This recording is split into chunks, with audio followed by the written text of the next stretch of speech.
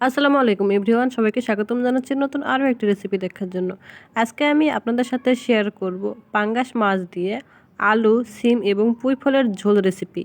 এইভাবে পুঁই ফল দিয়ে সিম রান্না করলে কিন্তু ভীষণই ভালো লাগে।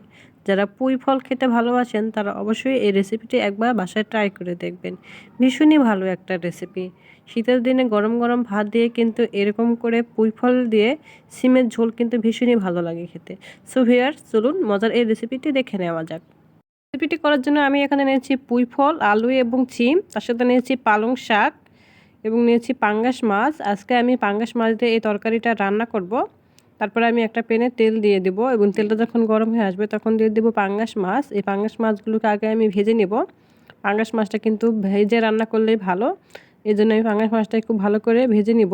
মাছটা আমার এক পাশে হয়ে গিয়েছিল, আমি মাছটা অপর পাশে উল্টাপাল্টা করে দিয়ে খুব ভালো করে ভেজে নিয়েছি। মাছটা যখন ভাজা হয়ে গিয়েছে তখন মাছটা আমি উপরে উঠিয়ে রেখে দিব এবং পাঙ্গাস মাছ ভাজার পরে যে তেলটুকু থাকা যাবে ওই তেলের মধ্যে দিয়ে দেবো পেঁয়াজ কুচি এবং দিয়ে দেবো কাঁচামরিচ কুচি। দিয়ে আমি খুব ভালো করে পেঁয়াজ এবং কাঁচামরিচটাকে ভেজে নেব। যতক্ষণে পেঁয়াজ এবং কাঁচামরিচটা নরম হয়ে না আসে ততক্ষণ আমি ভেজে নিয়েছি। পেঁয়াজটা যখন নরম হয়ে এসে যায় তখন দিয়ে দেবো আদা রসুন এবং আদা বাটা, রসুন বাটা এবং জিরা এবং দিয়ে দেবো লবণ, হলুদ, মরিচ। দিয়ে আমি সবগুলো উপকরণ খুব ভালো করে মিশিয়ে নিব।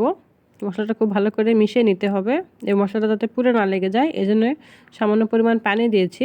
পানি দিয়ে মশলাটা যখন জাল করে নিয়েছি এবং তেলটা যখন উপরে উঠে আসবে তখন আমি দিয়ে দেবো পুঁই শাকের বিচি, সিম এবং আলু। দিয়ে আমি সবগুলো উপকরণ খুব ভালো করে মিশিয়ে নিব। খুব ভালো করে মিশিয়ে নিতে হবে এবং কাঁচা অবস্থায় কিছুক্ষণ নাড়াচাড়া করে কষিয়ে নিতে হবে। তারপরে আমি পরিমাণ মতো একটু ঝোল দিয়ে দিয়েছি। পানি দিয়ে আমি সেদ্ধ করে নিব। প্রায় 3 মিনিটের মতো আমি সেদ্ধ করে নিয়েছি। তারপর 3 মিনিট পর ঢাকনা উঠিয়ে আমি দেখে নিয়েছি অনেকটাই পানি আছে। এই পানিটা যতক্ষণ না শুকিয়ে ততক্ষণ আমি জাল করে নেব কিছুটা।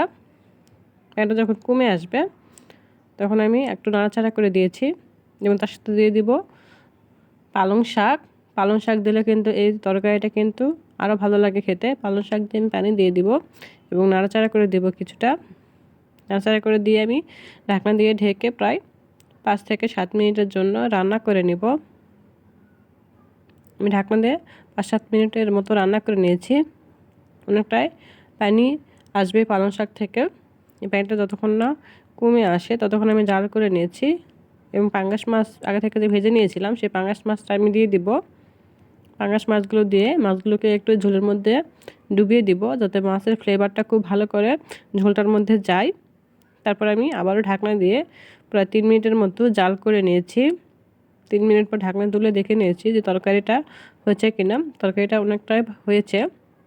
এভাবে কিন্তু আলু এবং সিম, পুঁই শাক, পালং শাক দিয়ে রান্না করলে কিন্তু ভীষণই ভালো লাগে। তারপরে আমি কিছু ধনিয়া পাতা দিয়েছি। ধনিয়া পাতা দিলে কিন্তু এই তরকারিটা আরও ভালো লাগে খেতে। তারপর আমার রান্নাটা হয়ে গিয়েছিল, আমি চুলাটা অফ করে দিয়েছি এবং কিছুটা তরকারি ঠান্ডাটা করে নিয়েছি এবং পরিবেশনের জন্য উঠিয়ে নেব। পাঙ্গাস মাছ দিয়ে পুঁই ফল, আলু, সিম এবং পালং শাকের ঝোল রেসিপি ভীষণই ভালো একটা তরকারি। যারা এভাবে এই রেসিপিটা করে কখনো খাননি তারা অবশ্যই আমার রেসিপিটি ফলো করে বাসায় একবার ট্রাই করে দেখবেন কেমন লাগে খেতে। আর আমার রেসিপিটি ভালো লাগলে অবশ্যই আমার চ্যানেলটাকে সাবস্ক্রাইব করে বেল আইকনটি বাজিয়ে দেবেন। Thank you watching my video.